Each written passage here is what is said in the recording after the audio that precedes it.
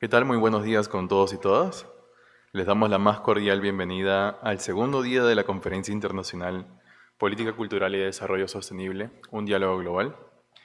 Un espacio que reúne especialistas, académicos y responsables de políticas culturales de diversos países para reflexionar sobre los desafíos y oportunidades de la cultura en el desarrollo sostenible. Vamos a dar paso a la segunda sesión de ponencia principal, titulada Abordar las desigualdades persistentes en el sector cultural, a cargo de Mark Taylor y Brea Heidelberg, con la moderación de Karina Muro. Mark Taylor, Universidad de Sheffield, es investigador del Creative Industries Policy y and Evidence Center, miembro del College of Experts del Departamento de Cultura, Medios y Deporte del Reino Unido, y coautor de La cultura es mala para ti.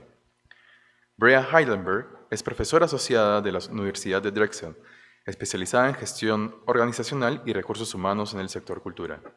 Su investigación se centra en la seguridad psicológica, equidad y liderazgo en las artes. Le damos paso a Karina Muro para que pueda moderar esta sesión de hoy día. Adelante.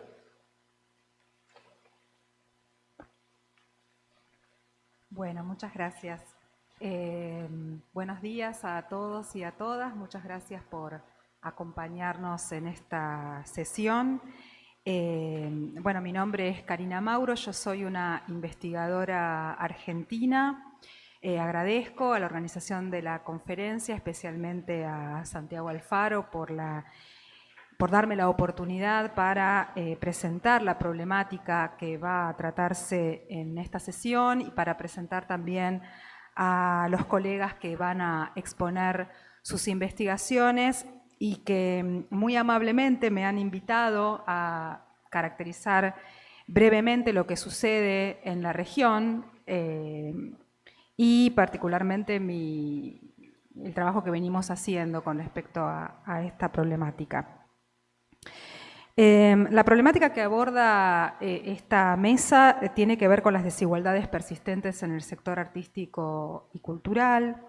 Esta es una problemática que siempre estuvo presente entre las preocupaciones de las y los investigadores sobre la cultura, pero que cobró mayor relevancia en los últimos tiempos de la mano de fenómenos vinculados con crisis de todo tipo, desde la pandemia hasta el ascenso de las derechas, pasando por las profundas crisis económicas del capitalismo en los últimos tiempos, la crisis del trabajo, las crisis migratorias, entre tantas otras.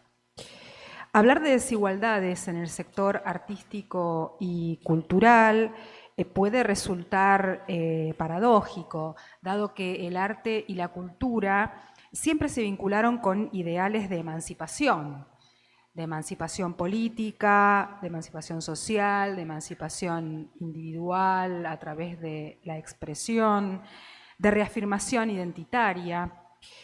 Y por otra parte, en los últimos años, la cultura también ha sido promovida como un importante factor de desarrollo económico, a partir de la adopción del paradigma de la economización de la cultura.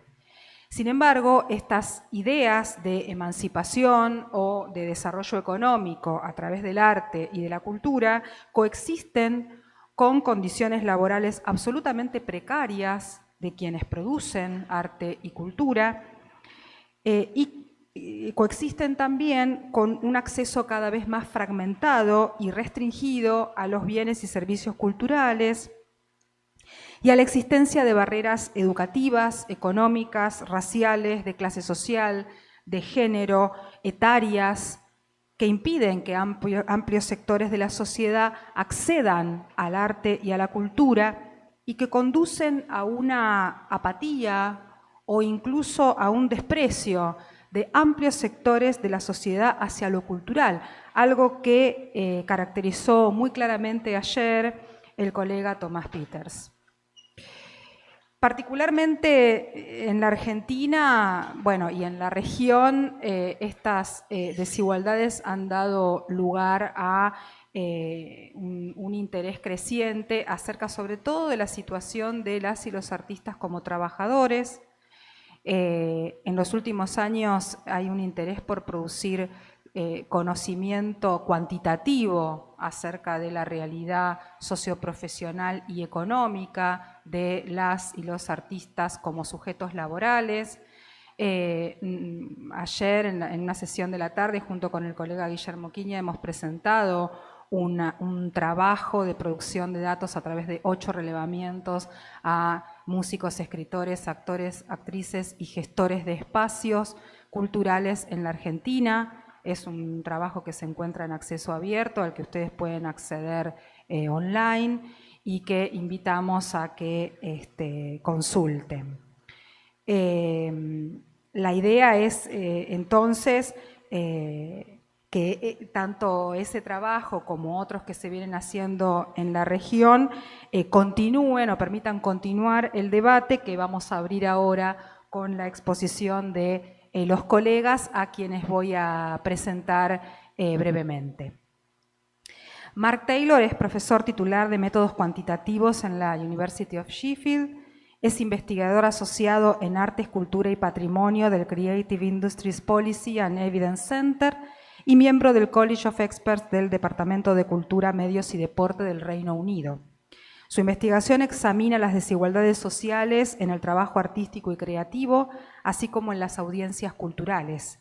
Es coautor del libro La cultura es mala para ti, Desigualdad en las industrias culturales y creativas, una obra clave en los debates sobre equidad de acceso al sector cultural. Brea Heidelberg es consultora en gestión organizacional, educadora e investigadora. Actualmente se desempeña como profesora asociada en el Departamento de Empresas de Arte y Entretenimiento de la Universidad de Drexel. La investigación y el trabajo de consultoría de Brea se centran en la seguridad psicológica a lo largo del ecosistema cultural. Sus intereses de investigación actuales incluyen la teoría y práctica de los recursos humanos, así como la historia intelectual y la profesionalización del campo de la gestión de las artes. Su trabajo de consultoría ayuda a las organizaciones a operar de manera eficiente, equitativa y humana. Esto incluye apoyar a las organizaciones en procesos de búsqueda de ejecutivos, reclutamiento y retención de empleados y miembros de juntas directivas, participación y empoderamiento de los grupos de interés, evaluaciones organizacionales y facilitación de talleres. También ha colaborado en varias instituciones financiadoras a nivel local, estatal y federal, para reimaginar sus procesos y hacerlos más equitativos e inclusivos. La doctora Heidelberg obtuvo su maestría en Desarrollo de Recursos Humanos en la Universidad de Villanova y su doctorado en Administración de las Artes, Educación y Políticas en la Universidad Estatal de Ohio. Yo propongo entonces que comience con su exposición Mark, luego Brea, y si les parece, luego abrimos una ronda de preguntas o de reflexiones, siempre y cuando el tiempo lo permita. Muchas gracias.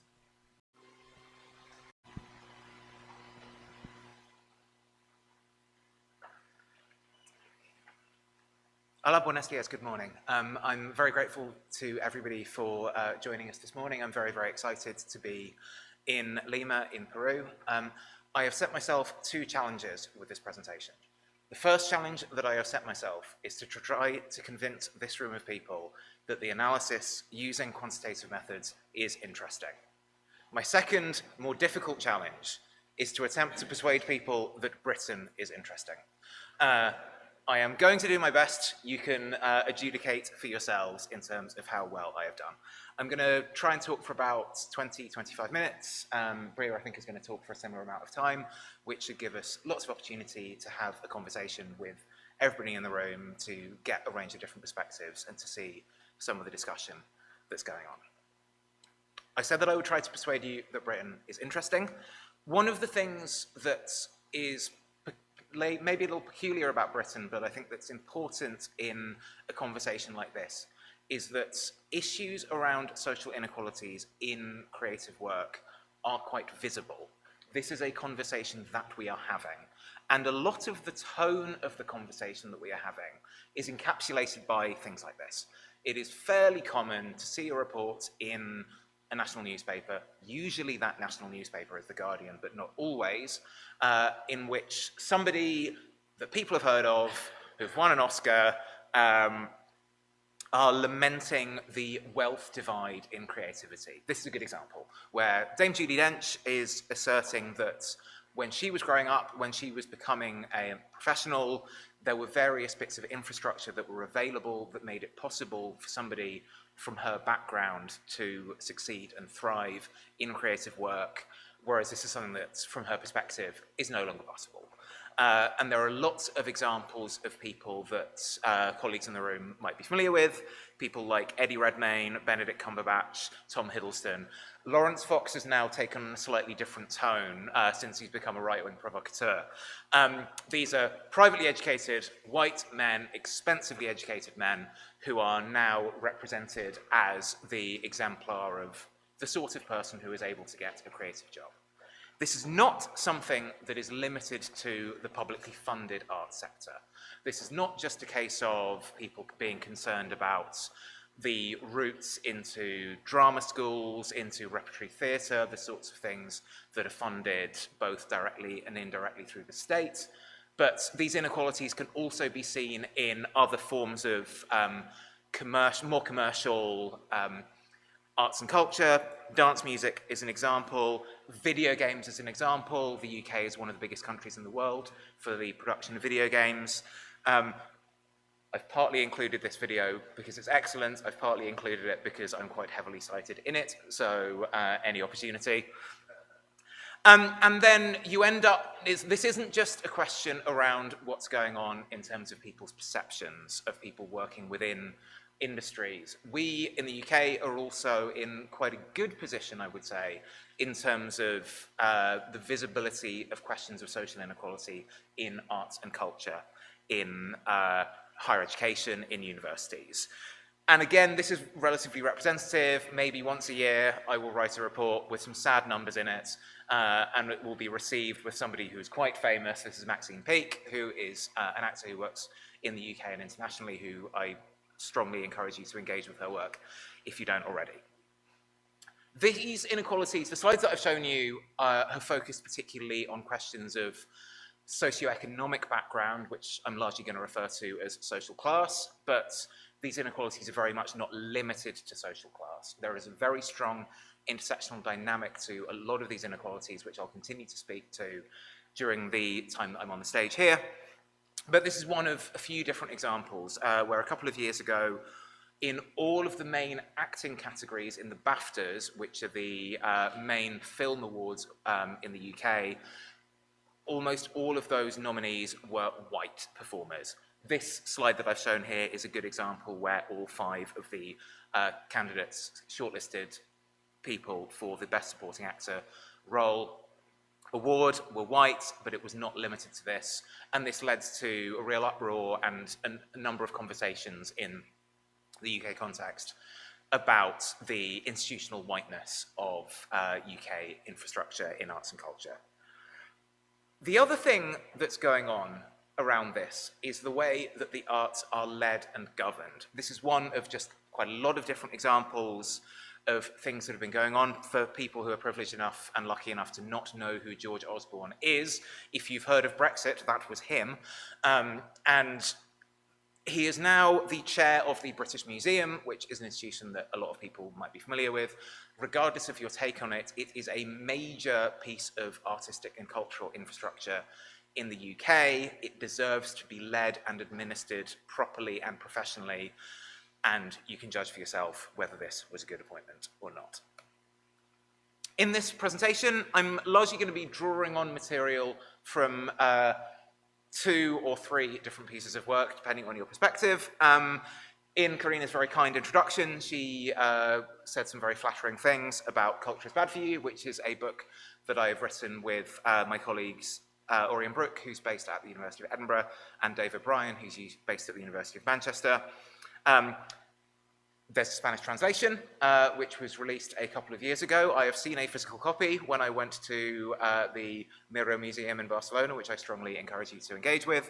But I'm also going to talk a bit about some of the work that I've done with colleagues, including Roshi Wang, who I strongly encourage you to go and see at 11, as part of the Creative Industries Policy and Evidence Centre.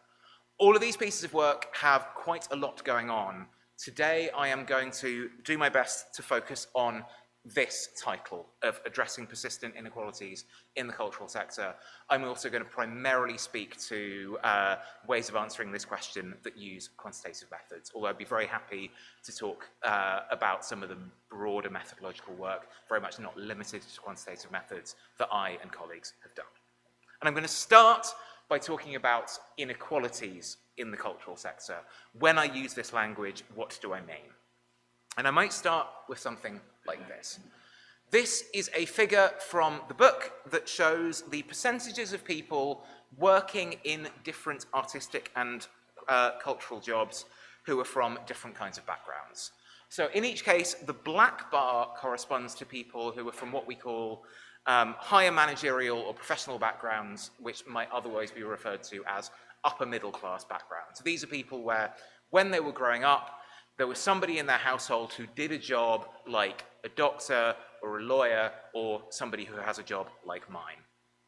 The next category along, which is the darker grey, is people who are from other managerial and professional jobs. These include people who grew up in a household like mine, where the main income earner was a teacher.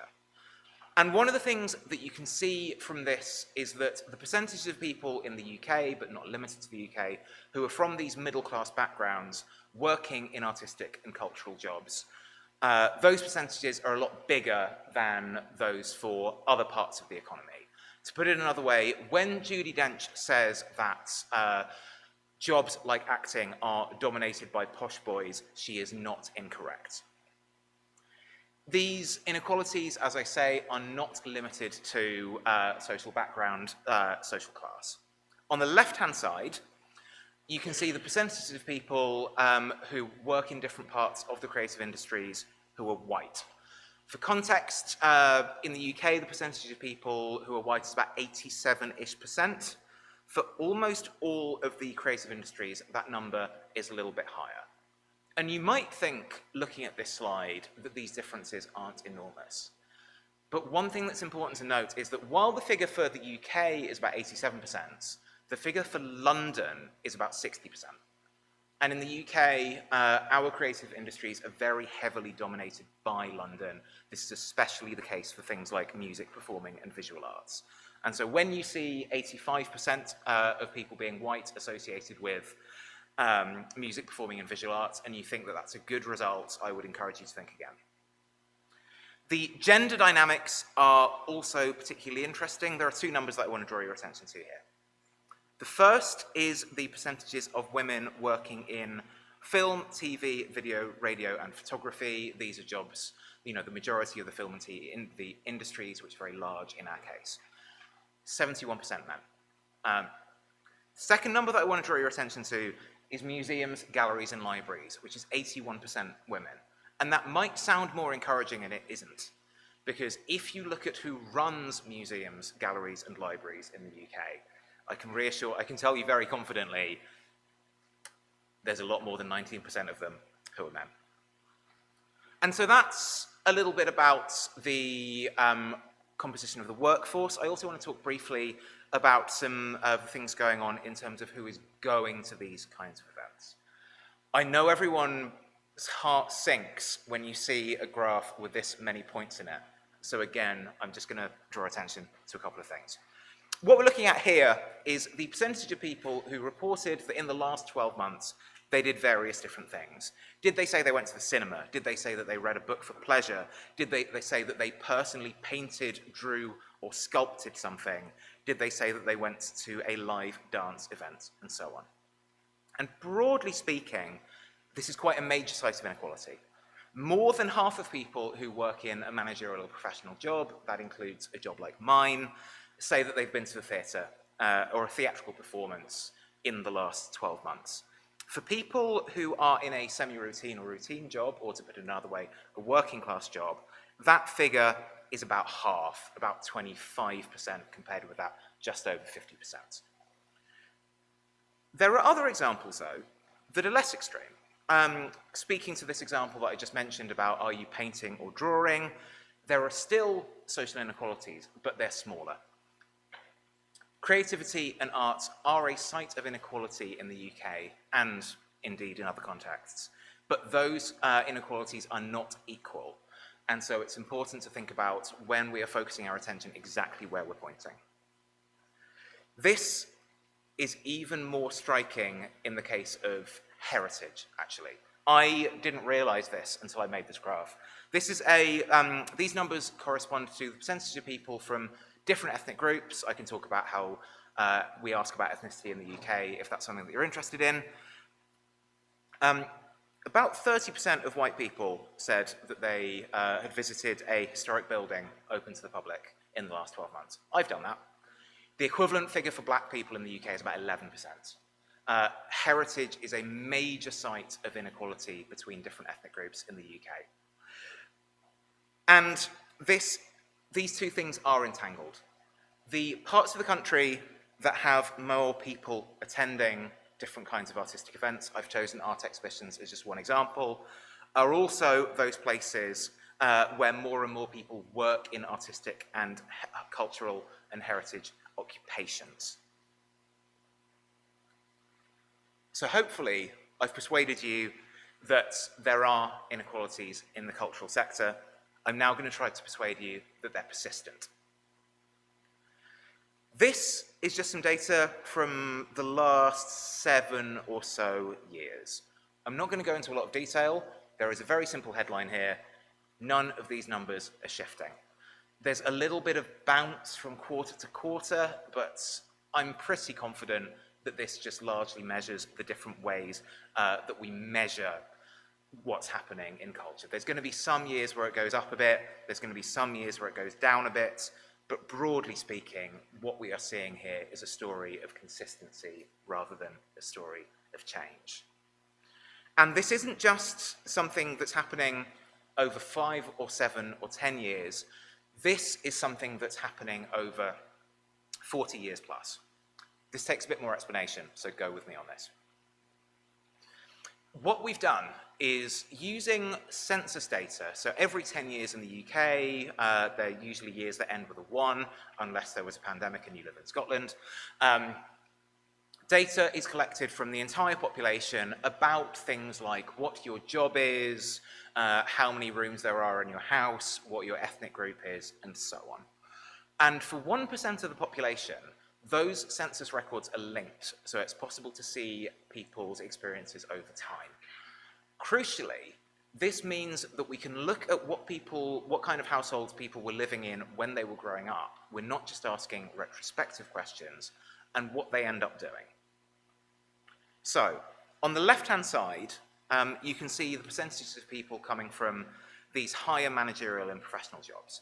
And so for the older cohorts, people born largely in the 1950s, people about my parents' age, the percentage of people working in artistic and cultural jobs who grew up in one of these higher managerial and professional households was about 15%.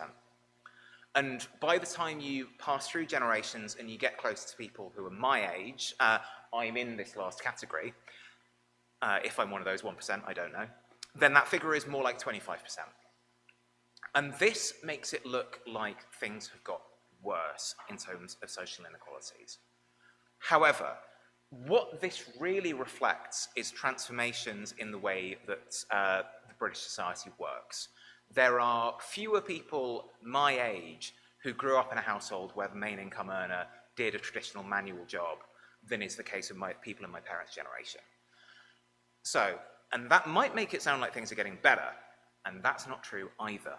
Your relative chances of ending up in an arts job, if you're from one of these upper middle class backgrounds, that inequality is consistent for at least 40 years, maybe longer. The persistence of inequalities in the cultural sector is a real thing, and I mention this partly because so much of the reporting is as if everything used to be fine, where if you were an actor or a musician and you started your career in the 1970s, you got there because of your own merits and things are only unequal now. That's not the case. I won't go into that. And similarly, I want to talk about a slightly different example of the persistence of social inequalities. I already showed you a slide showing that Audience behaviour, engagement in arts and culture is quite socially unequal in the UK. I could show you a load of graphs showing, for example, that the inequalities in who's going to an event associated with a book or writing, who's going to the theatre, those inequalities are pretty consistent. But I want to show you something slightly different. Because around the start of the coronavirus pandemic, a lot of transformations happened in terms of how cultural organisations were doing things. It was no longer possible to organise things that involved in-person events, and instead lots of activity moved online. We've got a few different examples here, but I'll draw particular attention to the National Theatre at Home programme, which I watched quite a lot of. It is excellent, very well recorded, developed productions that people could engage with at home. And there was a perception and understanding that these sorts of modes of digital engagement would flatten and address some of the issues around social inequality. You know, going to the theatre is expensive, people are busy, people have very heavy time constraints. Wouldn't it be great if this sort of engagement allowed a flattening of these inequalities? And based on a very large mixed variety of data, some of which people might have heard a little bit about yesterday from Patrick Towell, some of which people might hear a little bit more about today when we hear about the possibility of a National Cultural Data Observatory, basically didn't happen. People who were highly engaged in culture when they were going in person became the people who were highly engaged when they could watch it at home. There's one exception to this. So far, the things that I've drawn attention to, particularly the axes of social inequality, are social class, ethnicity, and gender. I haven't talked about disability. We saw quite big increases in the percentage of disabled people who were engaging with arts and culture as there was a shift online. And we've correspondingly seen a decrease as a lot of this activity has started to wind up. I've highlighted most of this title. Now we're going to talk about addressing them. And in order to address these inequalities, I've not really talked about the why question at all. I have talked to you about the shape of the inequality and the size of the inequality. And I want to start with this. And this doesn't look like much on its own. But we collected some data as part of a team in about 2016, 2017, of about 2,500 people working in artistic and cultural jobs. We subsequently interviewed 239 of them, did in-depth qualitative interviews. Earlier this year, we interviewed half of those people again. And so that gives us a qualitative longitudinal sample. Watch this space. In the survey, one of the things that we asked about was a question titled, here are some things that people sometimes think are important in getting ahead. Please can you tell us which ones of those you think are important in your job? And the options included things like hard work, ambition, talent. They also included things like coming from a wealthy family, coming from the right social class, coming from the right ethnic group, and so on. And what this shows is that people, there's a full paper on this, people were much more enthusiastic and much more positive about hard work, talent, and ambition. And they were a bit more mixed about things like coming from a wealthy family. They didn't say it wasn't at all important. That was a very unusual pattern of responses. But what was much more common was a bit of sort of more ambivalence in that area, and then a lot more enthusiasm in terms of hard work, talent, and ambition. And so where we end up with is a quite unequal industry where the people who work in it seem to think that the people who succeed do so because of their innate characteristics and their engagement. In that same survey, we asked who people knew socially. We presented with people with a number of job titles and said, do you know anybody who does this job, maybe as an acquaintance or a friend or as a family member?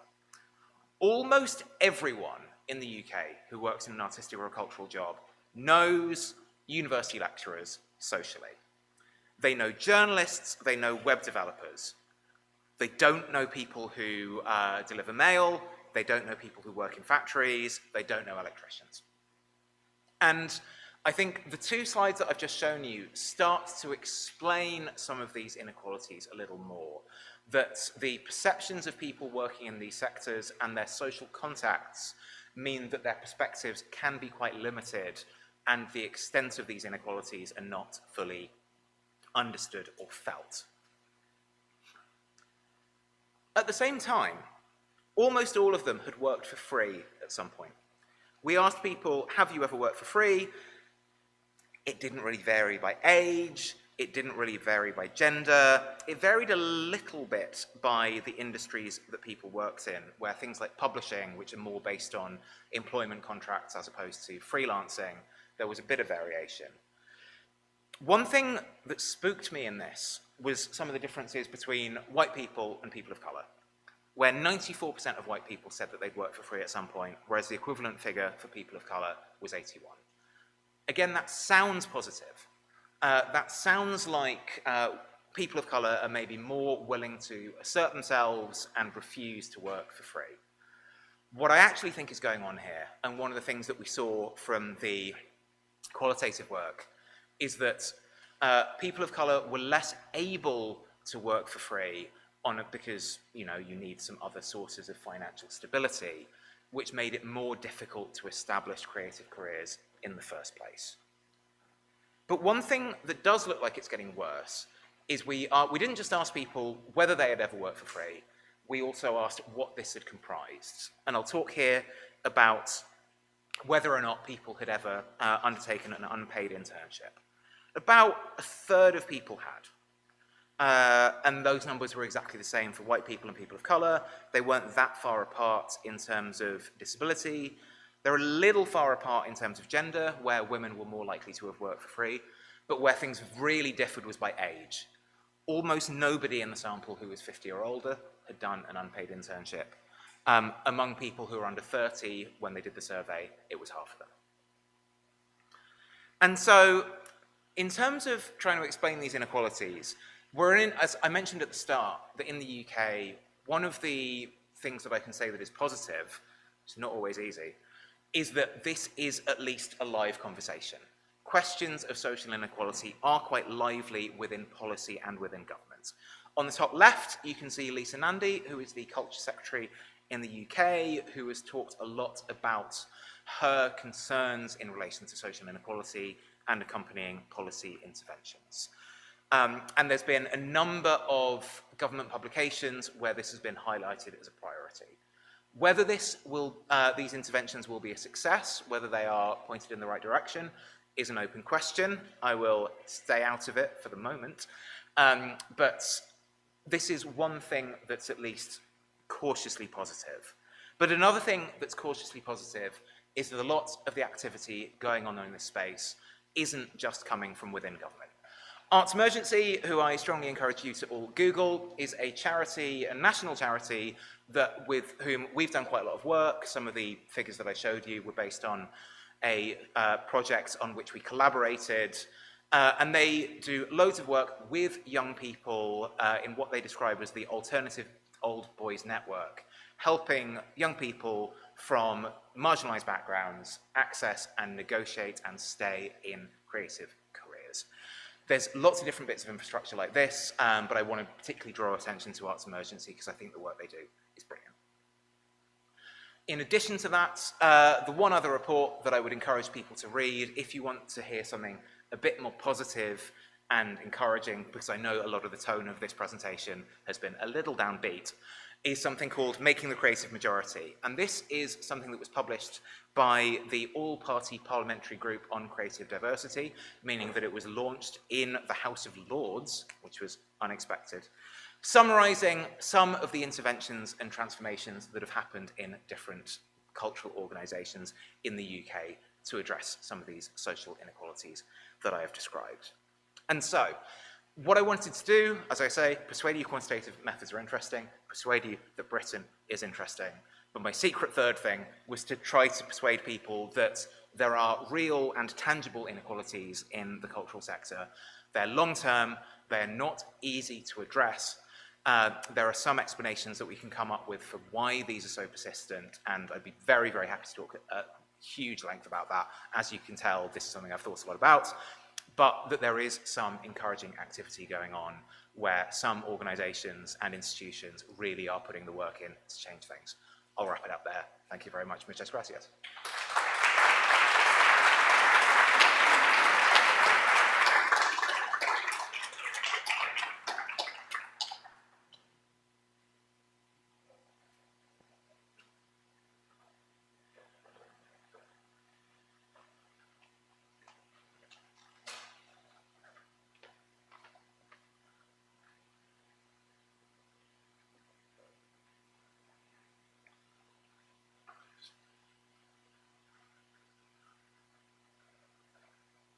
Thank you.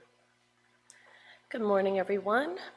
First, I'd like to express my gratitude for the invitation, all of the hospitality that's been shown here, and through the lively flow of exchange of ideas through cultural trends. My name is Brea Heidelberg, and I'm going to be talking about investigating inequity. When we first started talking about this, we realized that there was like a quantitative approach. I take mostly a qualitative approach. There's all these different scales and lenses. And so while you've heard a lot about more of a national view or a broader view, I'm gonna go from the bottom up.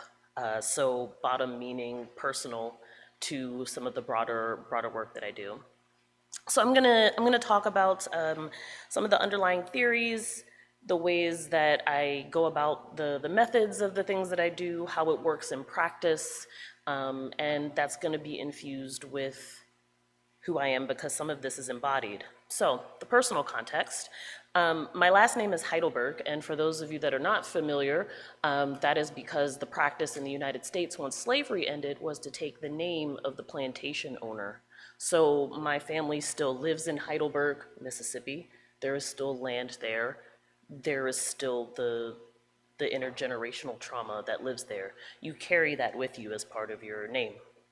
I also come from an arts background as a dancer, and so I definitely believe in the embodied practice and the ways of knowing things. And I'm also a mother to 2 Black boys, and we live in the United States, which has its ups and downs. Based on that, and for most qualitative researchers, it's important for us to place who we are in the context of the work that we do because it flows through us. Systems protect and replicate themselves. This includes systemic inequity. I have heard countless times throughout my career, this thing is going to democratize the arts. This thing is going to democratize culture. And whatever that thing may be, technology, AI, different practices, digitization, it usually does. But inequity learns how to adapt and adopt, right? And so right after democratization usually comes the compounding of inequity.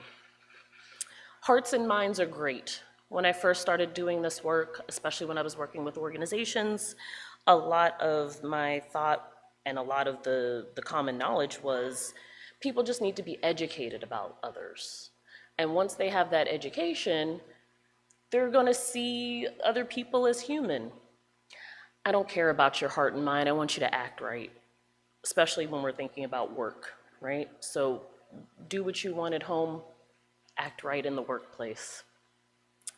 There are many ways of knowing, and a lot of the hegemonic norms for creating, maintaining, building upon knowledge is very divorced from the body, from the spirit, and that's often purposefully done. And so we tend to discount the ways of knowing that come from indigenous people that are passed down through oral traditions. And in that we lose a lot of the pathways, I think, or more direct pathways to more humane practices. Finally, claiming change without actively acknowledging what you've done and being accountable is harmful. It is harmful to the institutions. It is harmful to the individuals as well. I'll talk a little bit more about that in a bit.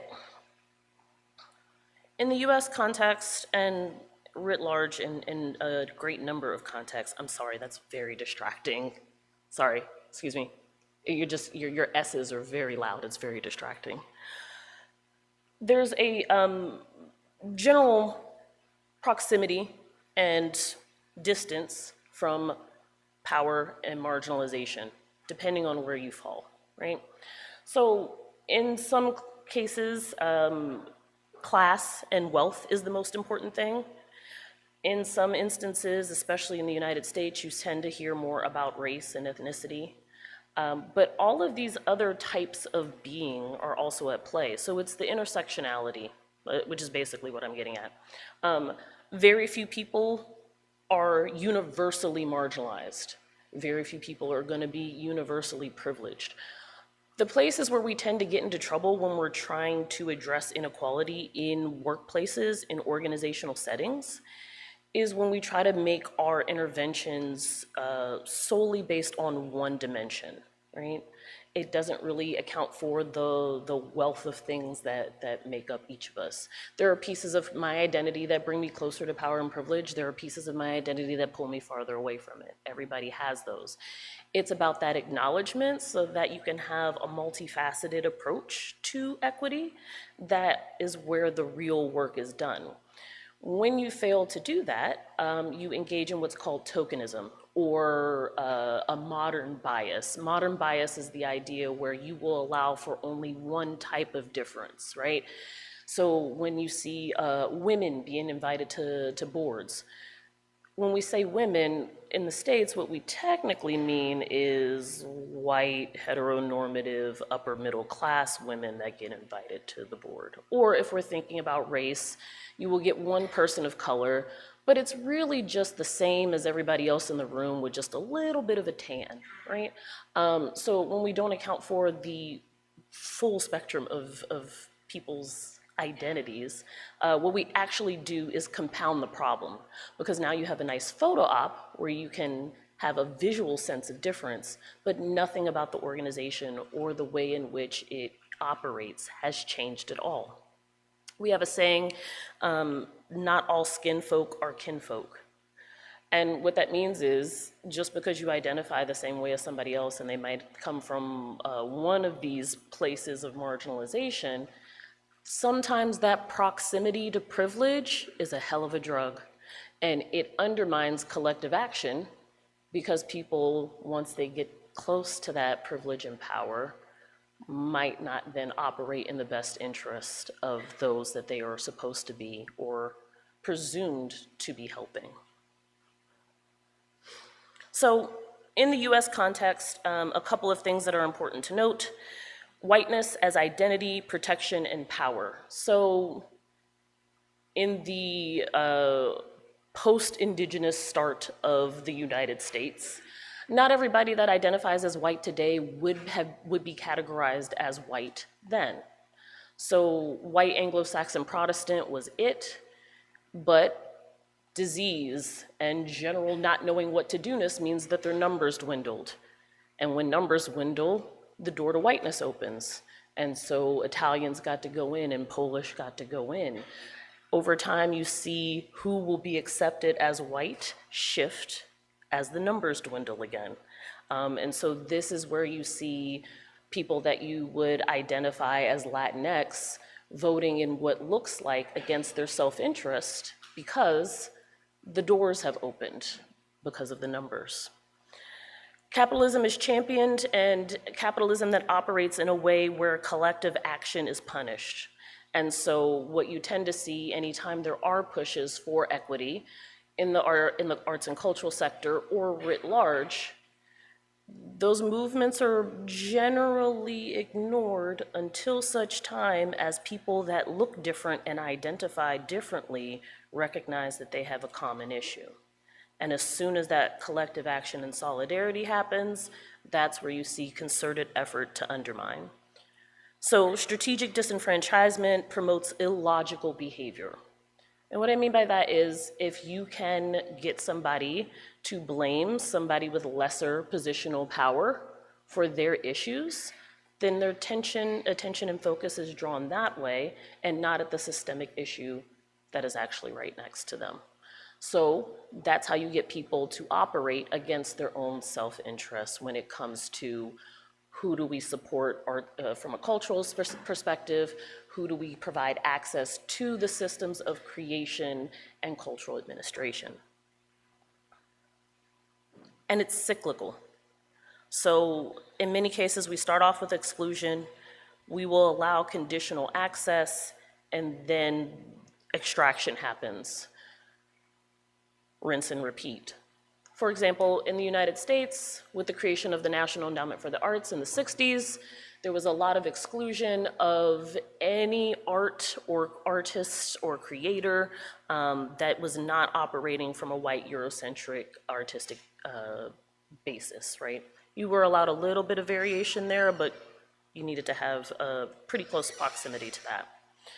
Over time, artists of color demanded, because it was supposed to be a public good, that they have equal access to public funding.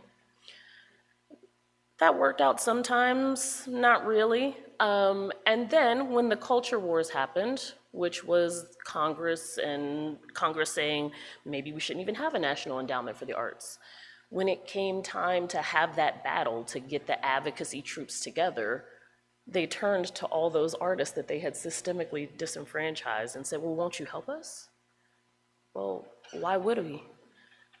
And then, rinse and repeat, we are seeing the same thing now. The National Endowment is under attack. Americans for the Arts, who is the largest arts advocacy organization in the United States, who has come under fire in the past decade for operating wildly inequitably, not taking accountability. Now are all the calls. Help us, advocate, please stand up for us. But the response is, why would we? And so if history always starts today, then you never learn anything. So that's sort of the box. When I'm doing this work, I'm pulling from a lot of different traditions and theoretical perspectives. I'm looking at industrial psychology and management, but it's the Goldilocks and the Three Bears version of trying to find a theory that fits for us. So industrial psychology and traditional management, those theories traditionally come from Fortune 500 companies, very large institutions, a large number of people, a very structured hierarchy. And so it doesn't readily one-to-one graft onto arts and cultural institutions, which tend to have a smaller staff and be smaller in scope and size. Nonprofit management, traditional nonprofit management in the States tends to focus mainly on human service organizations, and so they don't have that cultural or artistic dimension. So there's some utility there, but still needs some tweaking. Political science and public policy, because they are operating from just a different industry context, usually the government, and then the connection to NGOs. Again, some utility there for cultural institutions, but not a one-to-one fit. Workplace sociology has a lot to offer in these contexts as well. Again, just fewer investigations, fewer work, fewer theories coming from the domain that I'm in, which is predominantly nonprofit cultural institutions. And so in order to make theories that can then be reasonably tested given the context, I turn into Dr. Frankenstein and I take a little bit of this and a little bit of that and I sew it together and I wait for a lightning storm and there you have it. I also infuse all of this with Black feminist thought because that's where I get the, okay, there are embodied practices. There are multiple ways of knowing. When I'm conducting interviews, it's not necessarily just about the words that they're saying, but it's about whether or not their shoulders go up or whether or not they do self-silencing emblems like this to let me know that there's more to be said there. The methods that I tend to use, rhetorical and textual analysis, so I dig deep into employee handbooks and organizational policies and standard operating procedures. The ways in which we write about how we do our work are very important and have very large clues as to the psychological context and environment that people are operating in. Often our materials are written from a punitive place, right? So the tone of an employee handbook that makes it sound as if though the presumption is you're gonna screw up, rather than here's a document for about information about what it's like to be in our organization, sets the organizational culture tone in ways that people aren't always aware of. I also do a lot of semi-structured interviews and focus groups, and like I said, I'm looking for not only their verbal responses to questions, but the physiological responses. Trauma happens in a lot of different sites. Workplace trauma is often harder to catch. It tends to be more physically presented than verbally presented because we discount the fact that trauma can show up in the workplace. And so people are socialized against thinking of it in that way. But all of the emotional things and psychological things that could happen to you outside of work can happen inside of work. People discount the grieving process whenever you lose a job or retire.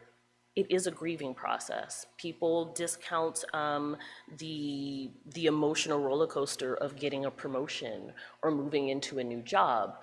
All of those things require care and intervention if we're going to make them more equitable.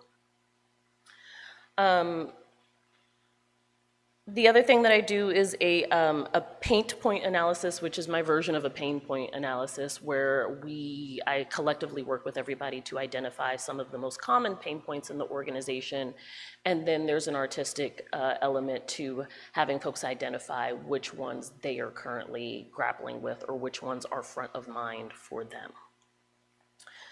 In survey work, I'm also tracking organizational knowledge. So what people know about their organizations is really important to get a handle on how they are prepared or not to change the things that happen within their organization. Most board members have no idea about the impact of the policies and procedures that they vote on for the everyday lived experience of being in the organization. A lot of staff members have no idea who their board members are or what they do.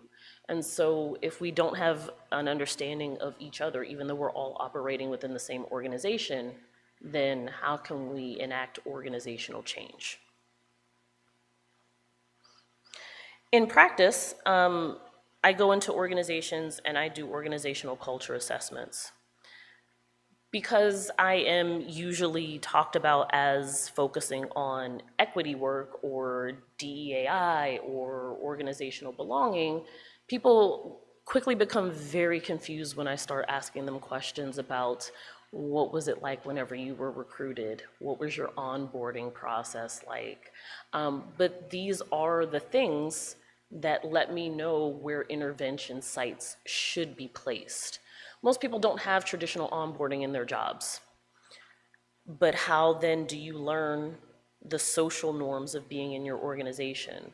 Most people learn by trial and error, right? You know not to talk to so-and-so before they've had their morning coffee, never ask somebody for a budget report after 3 p.m. on Friday.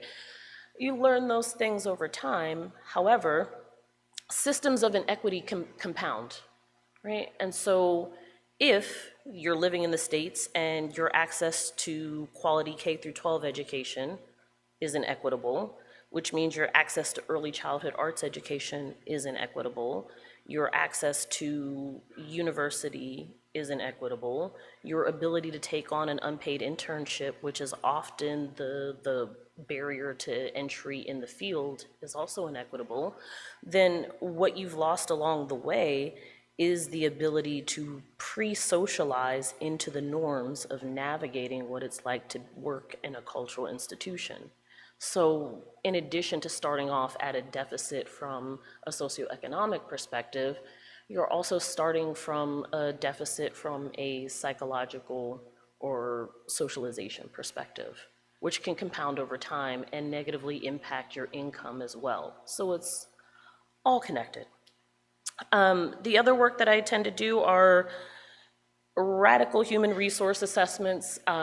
This can range from looking at compensation and benefits. Again, the inequity is built into the system. So you might think, well, compensation and benefits, how does that play in? Well, if you're choosing a service provider that does not offer gender affirming care, or it is wildly more expensive than another provider, if you are working with a provider that has very sexist policies around getting approvals for testing, then you're compounding the inequity even if you're not actively aware of it. So having organizations go in and essentially pick up every piece of what the organization does, your policies and procedures, your compensation philosophy, your benefits. If you're not exercising those inequities, then you're replicating them and you're compounding the harm. Once I do this work, the assessments, the recommendations often surprise people. It's really about infusing humanity into our everyday practices. And yes, we could have more elaborate schemas about promoting racial diversity or promoting more socioeconomic diversity. And I think that there is a place for those things when they're not more polite versions of the inequitable systems, right? And what I mean by that is a lot of those programs are really about the people creating them. It's just the evolution of the savior complex. I will bring the correct art to the unwashed masses. This will make them better, right? And so that goes from the way that we tend to curate museums to the ways in which we do some of these interventions where we'll teach you how to conform to what we do. You'll be better for it instead of meeting people where they are. All of that to say, when it actually comes to practice, figuring out how to develop accountability mechanisms for when people operate inequitably in the workplace, figuring out how to give and receive feedback. People's need to keep their sense of self and their ego pristine is the biggest barrier to equity work. If you cannot acknowledge that some of the reason you're in the position that you're in is because of privilege, then we cannot address the root issue. So giving and receiving feedback is a skill set that a lot of people lack. Meeting culture, the ways in which we meet, tend to be ableist. They tend to be very difficult for anybody with caregiving responsibilities. And sometimes it's just a meeting about nothing, and I just find that offensive regardless of your identity, right? Navigating conflict. Most cultural institutions are very passive aggressive. That is the way that they operate. Instead of saying no to an idea, when an idea is stated in a meeting, people will just be silent. Silence is no, right? You can be polite and still be vile, and that's just what it is. So understanding that and learning how to navigate meaningful conflict. People presume that all conflict is bad. No, conflict is how change happens. Conflict is how diamonds happen, not conflict diamonds, the actual pressure to create the diamonds, just to be clear. Conflict and pressure are the currency of change, and people need to learn how to have the conversations and navigate it well.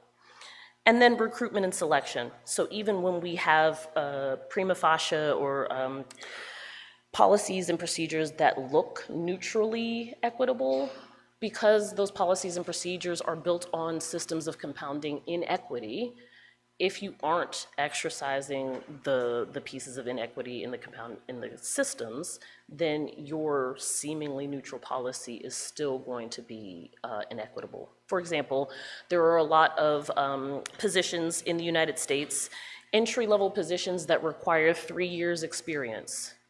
Words mean things. So is it entry level, or do you need 3 years worth of experience, right? And when you get to the underlying root causes of some of these things, it's because the baby boomer generation has not retired for a variety of reasons. And there is a bottleneck at the leadership level. And so organizations can exploit and capitalize on the fact that they have a much wider swath of qualified people in the pool, in the potential applicant pool.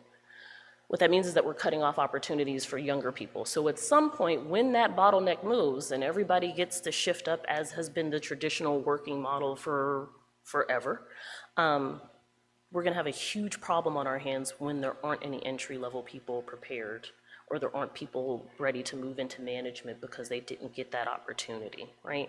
So some of these issues we're creating ourselves. Yes, there are larger structural issues at play, but a lot of cultural institutions and leadership are complicit because they're not thinking 2 steps ahead, right?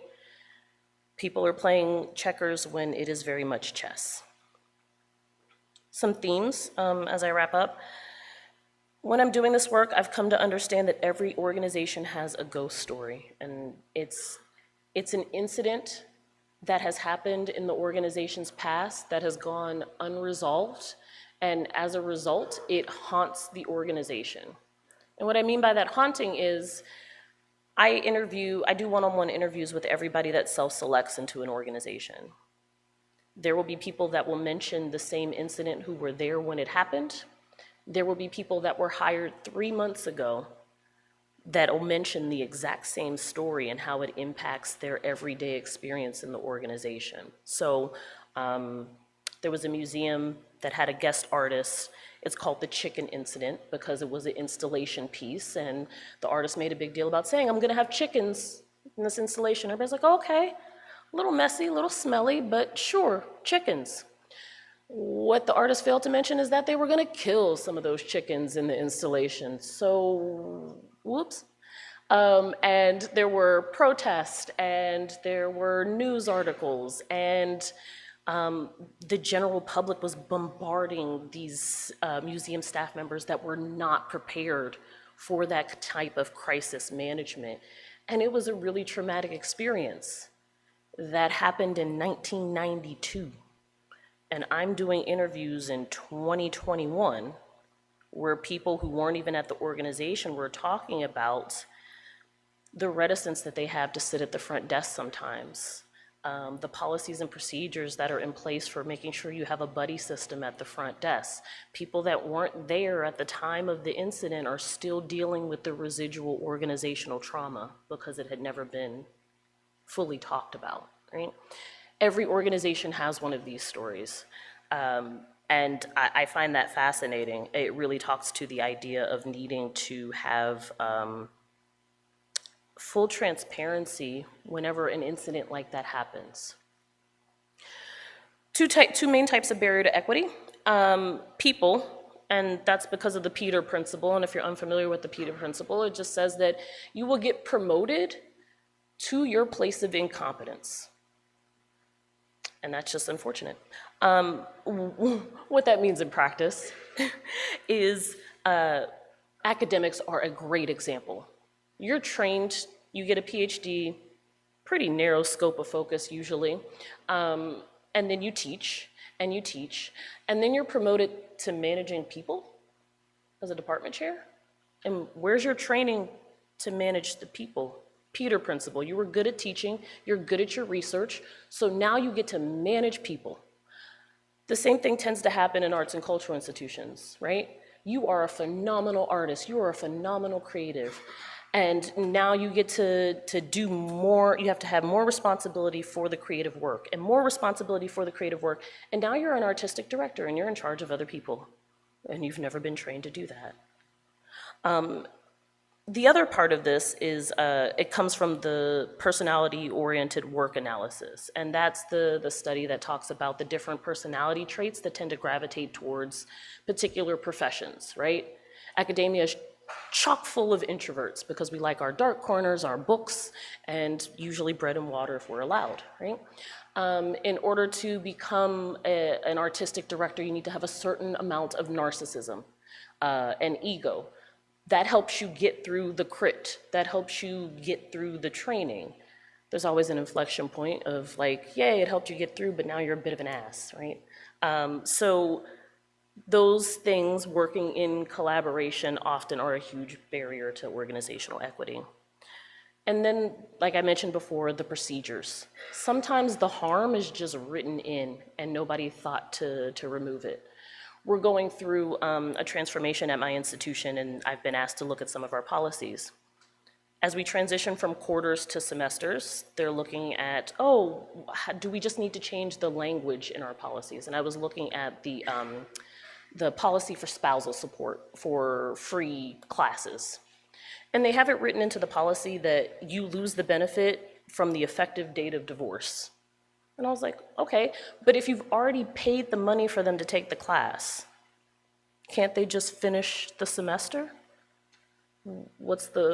It's an income neutral solution, right? The harm was written into the procedure for reasons. Maybe somebody didn't have breakfast that morning when they wrote it. But if you're not going through and periodically checking and pulling those pieces of harm out, especially when it doesn't cost the organization anything, you're part of the problem. Boards are usually, if not the problem, full stop. And here's why. These are people that were trained in various other fields, and they have money because of their success in those other fields, and now they're in charge of managing people. And the ways in which boards work in the nonprofit structure in the United States, they are responsible for hiring, evaluating, and firing the executive director, but the executive director is also responsible for managing them. How many of you have to manage your boss officially? Many of us do it unofficially, obviously. But that structure doesn't work, right? But that is just the structure. And so boards are often the issue. So what do? Everything's terrible, right? No, not always. The first thing is we have to, like, as a field, say no to commodifying inequity. The idea of, oh, we care about equity now, and so we would like all of your traumatic stories and your art, preferably if it's tied to your difficulties. We want to do the trauma porn thing, right? Where you can sing for your supper in ways that make us feel better about helping you. We've transitioned from traditional racism to benevolent racism. I will be so kind and generous and giving as long as you're right here below me. The second you're equal, though, I'm gonna be a real problem. That we need to just push back against that as a field, to say no to those diversity schemas whenever it has the inequity baked in. Harm is done by inequitable practices. It's not always visible, I promise you it's there. The research has been done. All of this shows up in the brain, like workplace trauma and microaggressions that you're exposed to over a long period of time show up in the brain the exact same way as PTSD from soldiers that have seen active combat. So it might not be visible, but the harm is there. The harm does live in the body. We have to take accountability and do repair work. Repair is more than just saying I'm sorry. If you have a communal fridge at work and somebody eats your food, saying I'm sorry does not feed you, right? This is a reason why I don't do land acknowledgements. First of all, as the descendant of enslaved people, I really have no business talking about who stole what from whom. And the other part is, if you're gonna acknowledge that the land was stolen but not give it back, well then what are we doing? Just shh. Organizations have to train themselves to identify and build structural protections against administrative violence. So a lot of the things that I've been talking about are examples of administrative violence and bureaucratic oppression. The problem with those things is that they they provide some cover from the humans that are actually doing the harm. It's the policy. It's this piece of paper. No, it's the person that wrote it. So just be honest about that. And the practices will benefit everyone. So this type of work is the tide that raises all ships, right? We might put in an elevator in the New York subway to help people that are disabled, but it also helps young mothers with young children and strollers. It also helps people that are temporarily disabled. It also helps visitors with their luggage. There's no harm in helping people. It tends to have a positive ripple effect. Thank you for your time, and happy to answer any questions.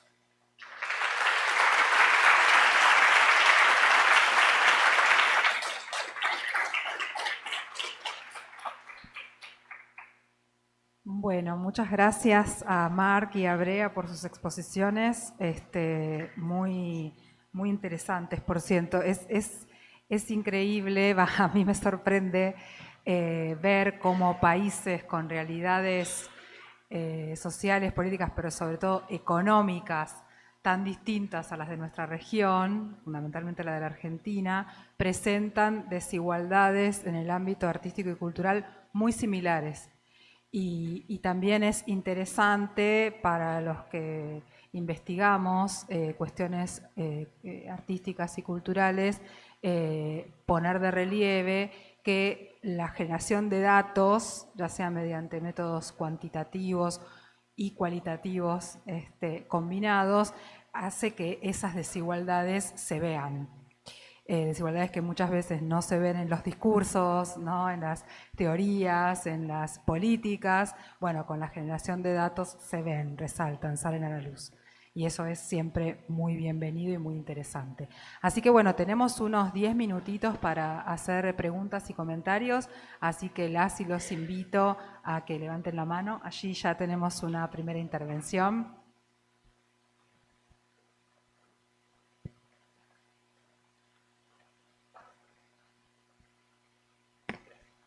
Hola, muchas gracias por las presentaciones. Esta pregunta es para ambos. Por una parte, estaba pensando mientras escuchaba sus presentaciones, a diferencia de ciertos cruces de discriminaciones estructurales, porque básicamente eso es lo que atraviesa las presentaciones de ustedes,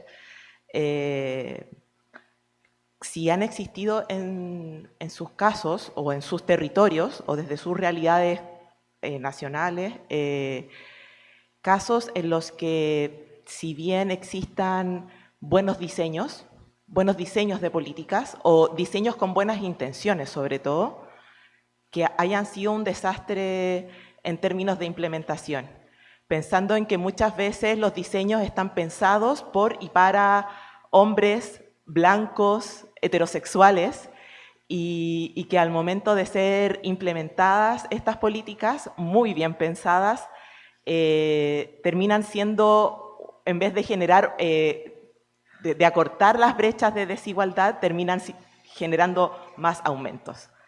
Quizás en el ámbito cultural exista, lo conozcan, porque estos problemas y estos fenómenos no son algo propio de lo cultural, o sea, ocurren en la salud, en la justicia, en la educación, pero dentro de sus trayectorias y de sus experiencias y de las historias de sus países también, les resuenan algunos ejemplos o casos en donde esta política fue un desastre al momento de ser implementada y tuvo que cambiarse, etcétera. No.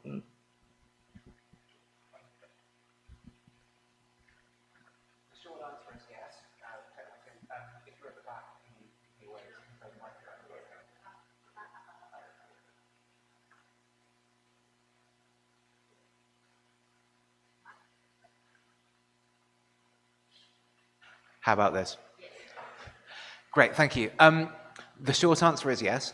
The longer answer is that policies and interventions take place at different scales. And so for something to be a success or a failure or a disaster, the stakes are different when it's an organization trying a new thing for a few days versus, say, a government implementing a major new policy that backfires. Before I get into a couple of examples, and I don't want to talk for too long, I want to reinforce my very strong belief that things will go wrong all the time, and we should just acknowledge it.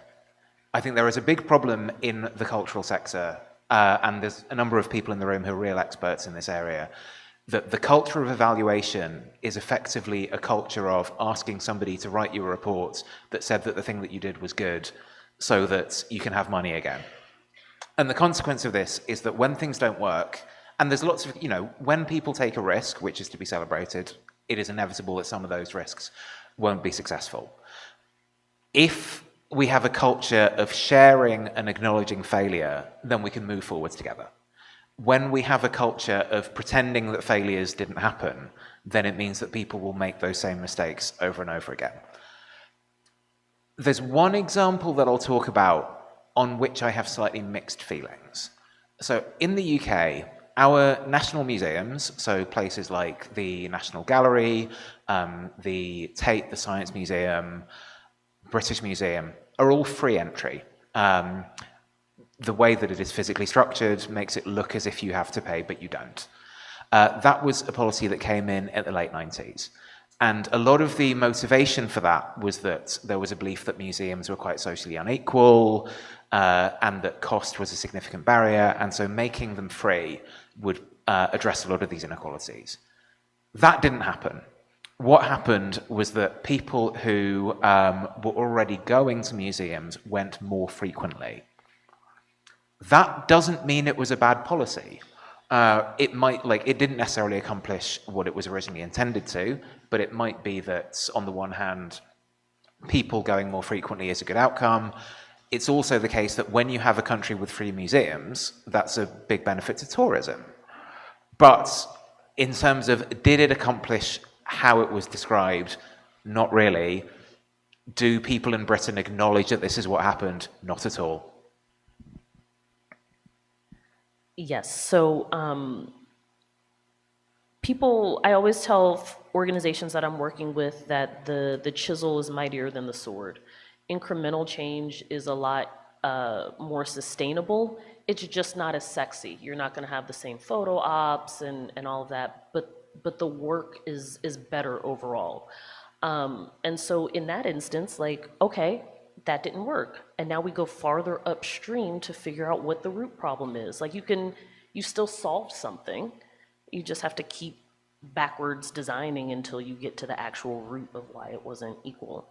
The professor in me, whenever people are doing a new policy, always says, define your terms. So I worked with a couple of museums who are trying to, increase who's in their spaces.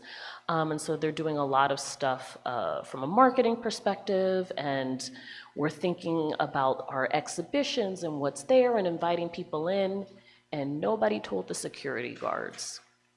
You gotta tell everybody in the organization what you're up to and why, so that they can all adjust their behavior accordingly, because it ended up being a bit of a disaster because the marketing worked. The new and more diverse exhibitions worked. And then the people that had not been in the museums ever or often were in the museums, but weren't operating as they should have been, quote unquote, socialized to do. And so the security guards were just there. And so the reviews and the responses to it were actually worse than if they had done anything, because those people weren't coming in before, but now they've come in and had a bad experience. And you've got to let everybody on staff know what you're doing and why you're doing it in order for those things to be successful.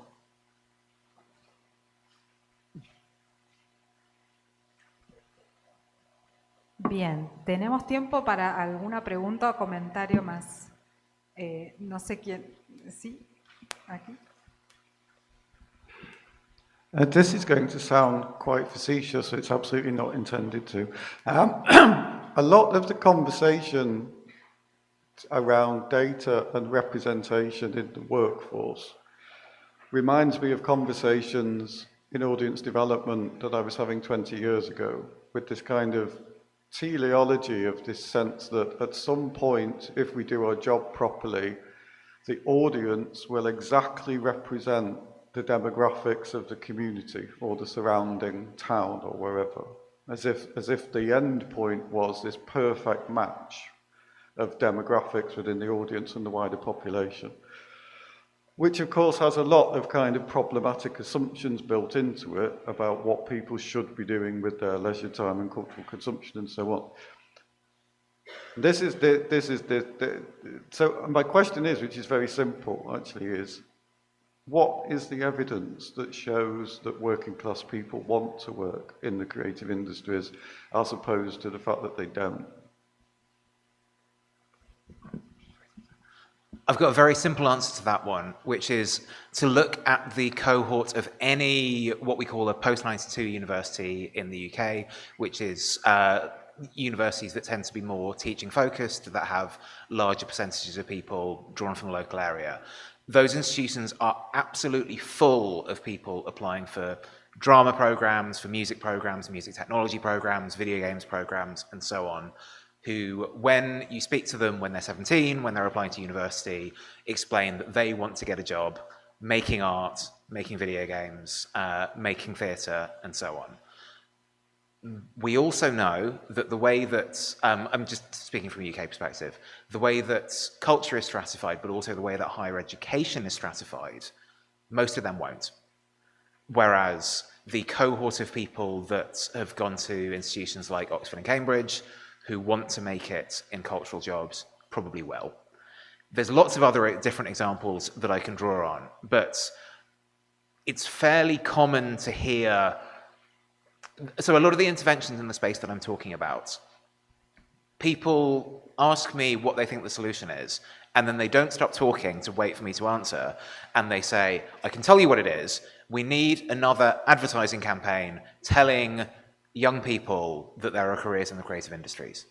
Young people know there are careers in the creative industries. They don't know all the detail, but they know that people, like, films exist and music exists, and work has gone into this to make it happen. And a lot of these young people go into these kinds of programs that I describe and don't end up getting these jobs. There's lots of different channels, but that's one piece of evidence that I can offer you. In the United States, there's a very large community practice culture, and so a lot of people of color especially are doing this work. They're just doing it unpaid in the community space. So many of them express interest in being able to do more or bigger things, or they all start 501c3s, which is why there are a billion of them. Some of them go defunct because they don't have access to the training. So the desire is there, and I just would rather there be access and an open door, even if nobody necessarily wants to walk through. I'd rather the door be open.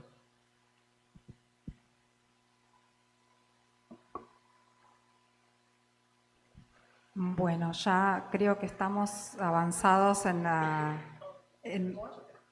Aparecieron unas cuantas preguntas, pero no sé, una más, me dicen, una más.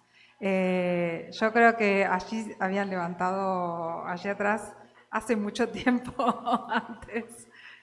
Allí.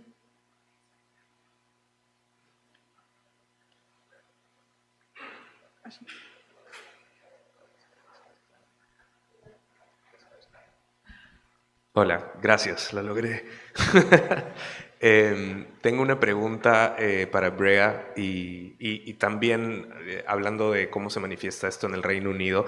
Primero decir, Brea, que es maravilloso. Yo vivo en los Estados Unidos y es maravilloso tener tu perspectiva en estos espacios globales, porque generalmente lo que se recibe es las visiones más institucionalizadas de la cultura en los Estados Unidos, desde estas instituciones que no tienen esa capacidad reflexiva y crítica, así que qué bueno que estés aquí.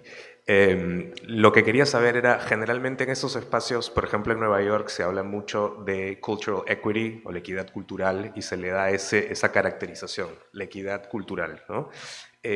¿Cuál es tu experiencia tratando de ir más allá o sea, mi impresión es que hay una especie de excepcionalidad en el sector cultural autoatribuida, que hace que eso sea más difícil de separar porque se asume que la equidad en cultura es de un tipo distinto. Y no sé si eso es algo que juega en contra de soluciones a problemas de equidad, donde ustedes lo están viendo de manera más equidad política, económica y tal, ¿no? Me da la impresión de que a veces el término equidad cultural nos confunde y nos lleva a hablar de una especie de espacio, de un sector muy excepcional, que a veces no se habla de seguro de salud, derechos de trabajo y una serie de cosas que son bastante reales. No sé si coincides o si te parece que va por otro lado. Thank you for the kind words and thank you for your question. My background in advocacy rhetoric and rhetoric in general lets me know that the evolution of terms is purposeful. We've had this conversation. It was multiculturalism. It was just diversity. Now it's cultural equity, and the definition of what people really mean in practice. This is the define your terms thing. they tend to be what I was talking about before on that slide with the graphic. They just want exceptional, closer to what they're used to things, and not the, okay, so your art is this completely other thing, and that deserves to be funded, and that deserves to be preserved as well. So yes, my experience of it is that it starts at this, here's our conceptualization of equity, of excellence, because that's baked into even the legislation for the NEA. And I've worked with a number of funding institutions that are trying to get rid of that as a marker, but a lot of the state and local public funding institutions are tied by the fact that they get funding, well, they used to, from the NEA, right? And so this idea of excellence is extremely problematic, and it's another site of harm. And I've experienced it personally, this idea of like Black excellence is just like a vice of you have to operate in this way, you have to be a Black capitalist. And like, I respect Beyonce and what she can do in 24 hours, it's way more than I can do, but that's not my idea of excellence, right? I want a more communal, I'm much more of a Solange kind of gal. So, yeah.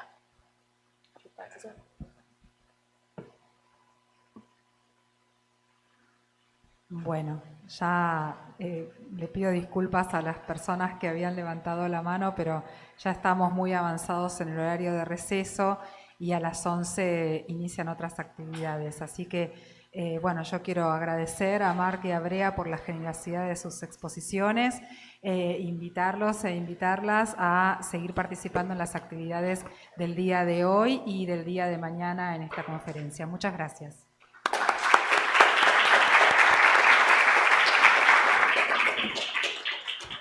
Muchísimas gracias Karina, Brea y Marc por sus interesantes exposiciones. Ahora vamos a invitarlos a una breve pausa café antes de pasar a las 4 actividades paralelas que tenemos programadas esta mañana en distintos espacios del campus como fue el día de ayer. Queremos agradecer especialmente a Industria San Miguel, auspiciador de la conferencia, que nos acompaña con mucho entusiasmo a lo largo de los 3 días con sus productos.